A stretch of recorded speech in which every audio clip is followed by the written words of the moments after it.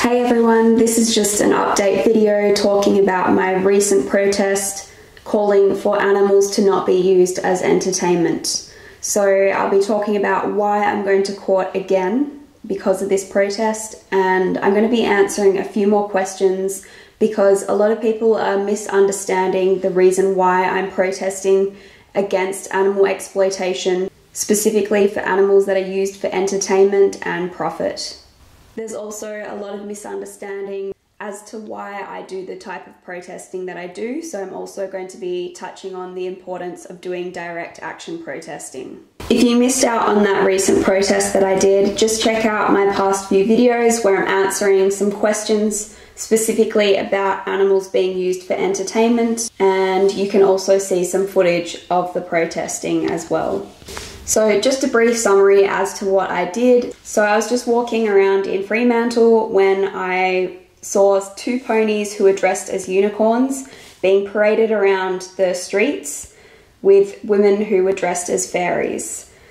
The reason being is the ponies were being used to have photos with children, and I soon stumbled across what else the ponies are used for on this company's page, and there's quite a few horrific things that the ponies are used for. So basically you can hire a pony for a horse and cart ride, you can hire a pony for pony riding at children's birthday parties, and there's a whole list of other things including decorating a pony. So it's no doubt that these ponies are being objectified and they're being used purely on the basis of profit for the business owner of this company. From the moment when I saw these ponies, I knew exactly what they were being used for, even though they were on a break at that point in time. I decided to speak out because I knew that this was immoral and those ponies needed a voice, because our society is so blinded to the animal exploitation that is happening right in front of our eyes. This exploitation and animal abuse is normalized by society, so I needed to speak out for these ponies to make people realize that this is not okay. I spoke up for those ponies the exact way that I'd want someone to speak up for me if I were in that position. Now, a lot of people are asking me why I didn't just kindly approach the owners of the ponies and have a respectful discussion with them on my views of the ponies being used in that way. My answer to this is, as much as I'd like to have a calm and respectful conversation about animal rights, that is not going to create social change. Throughout history, activists have used disruptive activism to create social change. If we look back into women's rights, civil rights, and even gay rights, all of those movements came to be successful because activists took direct action. They didn't just stand around handing out pamphlets and having these respectful discussions about their oppression. They took direct action and disrupted.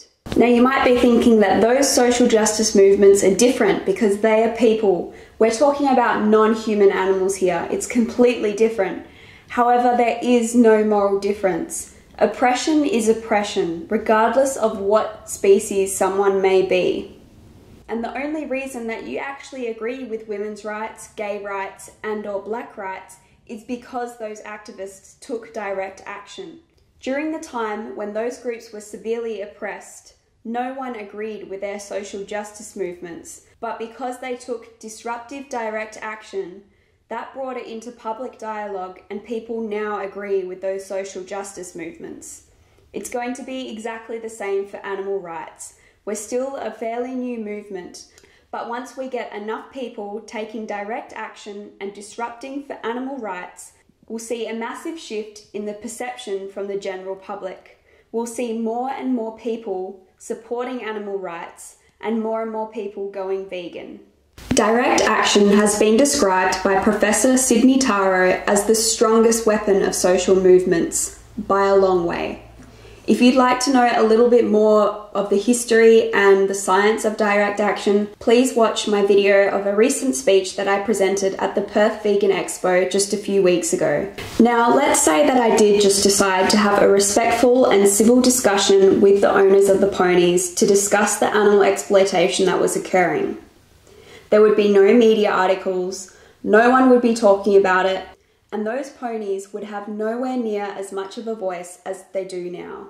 The reason why I decided to speak loudly and call out the slavery and animal exploitation that was occurring was to generate media attention and put it into public dialogue so hundreds of thousands of people would be talking about it. This action may have received a lot of backlash, and I may have a whole lot more haters because of it, but that just shows how powerful taking direct action is. Even though the media backlash and the public discussion may appear very, very negative towards veganism and animal rights activism, that is exactly what makes it so powerful. Because I decided to do a disruption, there are now hundreds and thousands, if not millions of people talking about it. This particular action generated national and international media attention, and therefore hundreds and thousands of people are aware of the animal slavery that is happening. Animal rights is now being put into public dialogue because animal rights activists are taking direct action. This is the most powerful weapon to achieve animal liberation. Now, because of this protest, I'll be attending court in 2 weeks' time on the 13th of May at Rockingham Courthouse. The owner of the business that I disrupted, called Ponies for All Occasions, has enforced a restraining order upon me, and therefore I will be disputing it at court. The system is trying to silence me. The system is trying to silence animal rights activists for speaking up about animal oppression and exploitation. This is a very important opportunity for me to show the public that animal rights is a serious issue. Animal rights activists cannot be silenced by this system. I have every right to exercise my freedom of speech. I am always a non-violent protester and I never harass anyone. I'm literally just speaking out about the truth, about the fact that animals are brutally murdered, abused, tortured, raped and exploited for things such as food, clothing, entertainment, testing and racing. I urge you to come to the court date with me if you're located here in Perth. It is really important that we have a big group presence to show society that animals deserve their rights to live freely from harm. So in response to the restraining order, I made a public post, which I'll just read out now because I think it's important to address the fact that animal rights activists are unjustly charged by the justice system. And so what I've written here is just another day waking up to the police at my doorstep. So I've had the police come to my house on multiple occasions. I go on to say, in the past, I've put in police statements for receiving death threats, where I've been told that I've put it on myself and they can't help me. So about several months ago, I did actually go to the police after receiving numerous death threats for months on end, and I decided why not take it to the police to try and get these people to stop. I obviously know that a lot of people are just trolling online, but I was actually very fearful for my own life. I knew a lot of people knew where I lived. In fact, I did have people come to my house and throw animal flesh, secretions, and even an animal bone on my driveway. So I know that a lot of these people who hate me knew where I lived, and the police completely dismissed that and nothing was done about it. Then I go on to say, I also reported to the police after being assaulted by a butcher, which was also dismissed on the basis that I was disrupting his business, so it's not considered assault. At the time of the assault, I had been completely silent and was standing in front of the counter when a staff member at Olsen Butchers Booragoon pushed me aggressively, chest bumped me, and pushed me with his fist.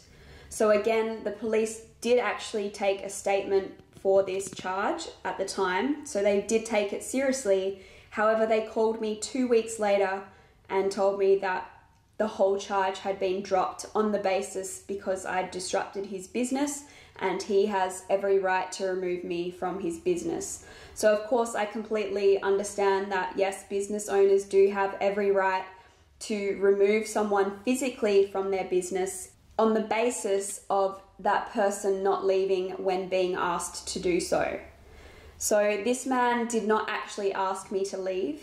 He came out of nowhere and pushed me aggressively, and as I said, he gave me a big chest bump as well, and then basically almost did a punching action in my back as well. So completely disgusting behavior. He wasn't trying to remove me from his business. He was just giving himself any reason to push a young woman who was questioning his business, which is profiting off the murder of innocent beings.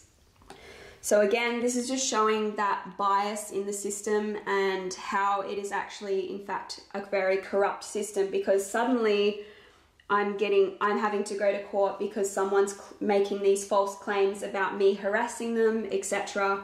And that's obviously taken straight up by the police, but when it goes the other way around, it's completely dismissed. So I think this is absolutely unjust and ridiculous. So then I continue on to explain, yet when the animal abusers put in false statements about me, I get taken to court. As many of you already know, I'll be attending court in August for disorderly conduct in Cottesloe Boat Shed due to the owner blatantly lying in his police statements. Now I'll be going to court in a couple of weeks under more false accusations. The truth will always win. Some of the most important history makers, women's rights, gay rights, and civil rights activists were always met with resistance, abuse, hatred, and criticism from the majority. What I'm going through now isn't a loss, it only means that we are winning until all animals are liberated. And then I go on to explain how I received a summons for a restraining order from the owner of Ponies for All Occasions. And I say, if she was not the owner of a slavery business, she would not be doing this, but she is. She makes money from animal exploitation and does not want me to speak up for her slaves and create public awareness about her business that profits from animal exploitation. Those who dislike me are triggered because I've made them realize that they are animal abusers. Instead of attacking the messenger, just stop being an animal abuser. Simple. I thought it'd be interesting to read out a couple of the media articles about this particular protest and just see how the media sort of generalizes animal rights activists and see how accurately they're portraying the message that I'm trying to convey. So this one is by Lad Bible. I actually haven't read this article myself, so I'll just read through it now. So the title is called Australian Vegan Activist Confronts Children Entertainers About Enslaving Ponies. So they've got the word enslaving in quotation marks. So this is already showing that they're not taking this seriously. They believe that the ponies are not being enslaved. However, it is blatantly obvious that they are being enslaved and they're being objectified and commodified for a business owner. So it starts off saying, a vegan activist has confronted children's entertainers about her issue with using ponies for fun in Australia. Tash Peterson approached Ponies for Any Occasion owner Meg Freeman while she was on her way to Funmantle Children's Holiday Festival in Fremantle over the weekend.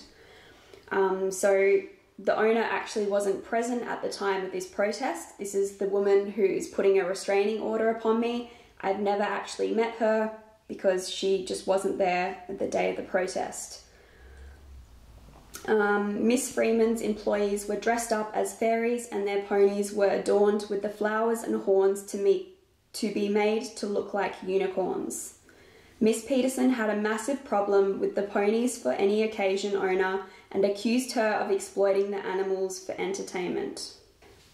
The 27-year-old shouted animal abuse in front of children while they were interacting with the ponies and filmed the altercation to broadcast it to her thousands of followers on social media.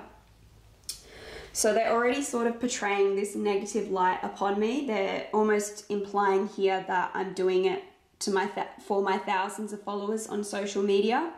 The only reason why I do this form of protesting is to get media attention, to bring light to the most oppressed beings on this planet. So yes, of course I'm seeking attention through the media and on my social media, but it's for the most oppressed beings on this planet. It's not for myself. Despite the business owner claiming the ponies were perfectly okay, the vegan activist hit back and said, if they were humans, do you think it would be any different? She added that what Miss Freeman's business amounts to is slavery. So again, they're putting the word slavery in those quotation marks, and that's also implying that they're not taking this seriously and they don't believe that it actually is slavery. And that's simply because these animals are non-humans. If they were humans, it'd be obvious to everyone that it were slavery. They then quote me in the article saying, "It's blatant slavery, don't treat animals like that, they deserve to live freely. I'm standing up for these animals that can't speak for themselves."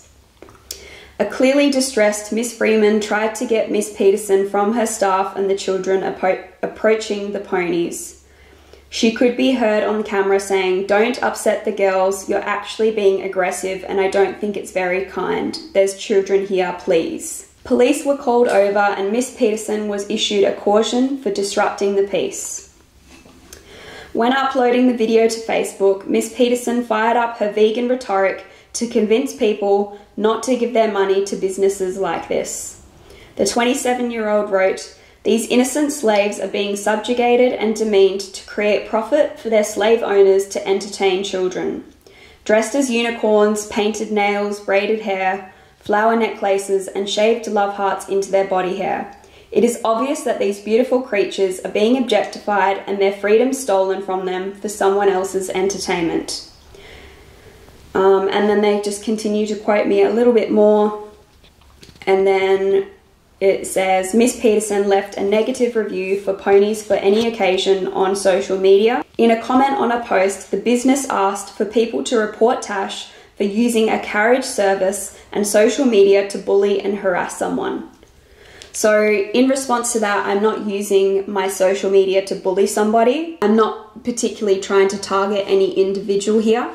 Yes, of course, I'm targeting this specific business, but this is a statement for all businesses that are exploiting animals, whether it's a business that is murdering animals for their flesh and secretions, or it's a business that's exploiting animals for entertainment. So for example, zoos, aquariums, sea worlds, circuses, and this example here, ponies for riding. So what I'm trying to convey, the message here is no animal deserves to be enslaved, murdered, abused, tortured, or used for profit, because they have every right to live their life freely from harm. And this is where a lot of people are getting confused with my message, because they're saying, well, you have a dog, so you must be a slave owner as well. That's hypocritical. Or they're saying, well, what should the ponies do? Should we set them free in the wild and then they'll starve to death? No, that's not what I'm suggesting. In fact, there is no issue with having a companion animal so long as they're not purchased from a breeder, because breeding animals into existence to be sold to other people is completely immoral. But I'm fully in support of rescuing animals. So whether that's rescuing an animal from a shelter or rescuing an animal from a farm, like a meat, dairy or egg farm, just saving an animal's life for them to be in a safe environment and be your companion animal. There's absolutely no issue with that. They're not being enslaved. Obviously, many of these companion animals would not survive in the wild. Therefore, they should be taken into a safe environment where they can be loved and cared for, and not used for profit and not enslaved for anyone else's pleasure. Now I'm going to discuss one last topic before I finish up this video for today. I'm just going to address a few questions that I've been asked from a lot of people, particularly in the horse riding community. So I've just found this comment here on my disruption video for the ponies. And this person has said, "Why don't you campaign to save the animals that are truly suffering? Neglected dogs in puppy farms, brumbies being shot in the mountains, fish caught in shark nets. Stop wasting your time on animals that are well loved and cared for. Oh wait, maybe they wouldn't look so pretty on your social media page." I'm going to start off with an example here to explain my stance on why I did that protest and why I believe that using animals for entertainment is immoral, regardless of the scale of how well loved and cared for they are. So let's look back into a situation where human slavery was once legal. So let's say that there was one group of human slaves that were being beaten and abused and treated in absolutely abhorrent conditions by their slave master. And say we have another group of slaves who are actually well loved and cared for by their slave master. So obviously there is a huge difference in the scale of abuse that's being inflicted upon these slaves, because we've got one group that are being abused and beaten and treated absolutely horrifically, whereas the other group are actually treated really well. They're well fed and they're well cared for. So what I'm putting through this statement here of these ponies who are being exploited and treated as slaves is, yes, I can agree they probably are well loved and generally well cared for. However, the fact is that it is slavery. You can realize that there is no moral difference in the way that these people are being used. They are being used as slaves, regardless of how well loved and cared for they are. Slavery is slavery. So now let's look at two different scenarios in regards to horses being treated as slaves. So we've got one group of horses here. They're being used for racing. All right, so they're being beaten, abused, and they're being forced to run at massive distances. And the horse racing industry itself is responsible for the mass murder of millions of horses in the racing industries once their bodies are considered spent and they can no longer race. So the racing industry is an extremely horrific, immoral industry that is full of animal abuse and murder. Now let's compare that to the situation of the ponies where I did the protest at. So obviously there's a big difference in the scale of suffering that is occurring. However, the ponies here are being objectified and commodified, and they're being used for entertainment. So there is no moral difference between those two groups of animals, because slavery is slavery, regardless of the scale of abuse that is happening. As an animal rights activist, I'm trying to create awareness about all injustices, independent of their severity. If an injustice is occurring to an animal, no matter how severe it is my moral obligation to be speaking up for those animals. There is no moral difference between paying someone to slit the throat of an animal to devour in their flesh and paying someone to use an animal for your own entertainment. So yes, there is a difference in the severity of abuse in these two different scenarios. However, they are still both forms of slavery. They are still both immoral because it is unnecessary, and those beings are subjected to being forced into situations against their best interests. They are still slaves, and they are still being commodified and used as entertainment. They are being forced into situations and they cannot consent to it, so therefore it is completely immoral.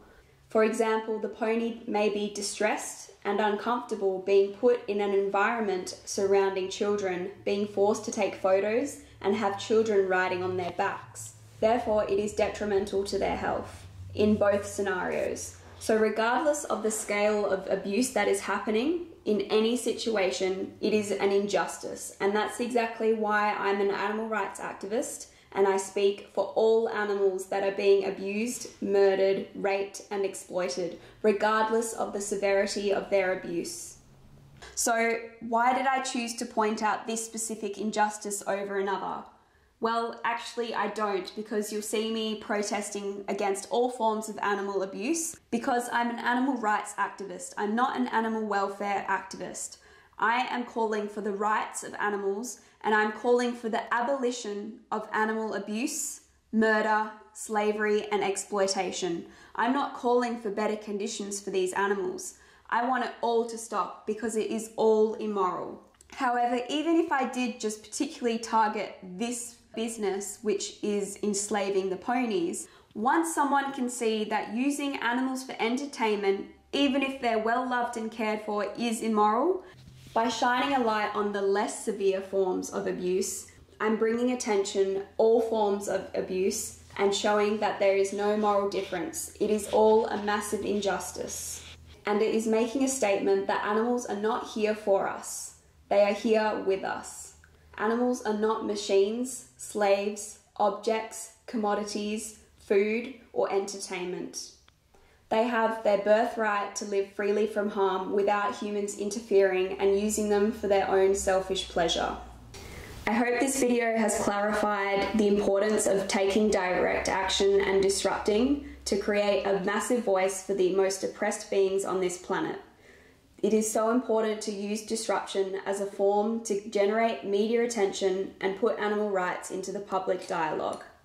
I hope that this video has also made you realise that regardless of the scale of abuse that is happening, if an animal is being used for someone else's pleasure, it is immoral and you should be speaking up for them. If you would like to attend my court date on the 13th of May and you're here in Perth, I'll put in that information in the link below. Thanks for watching.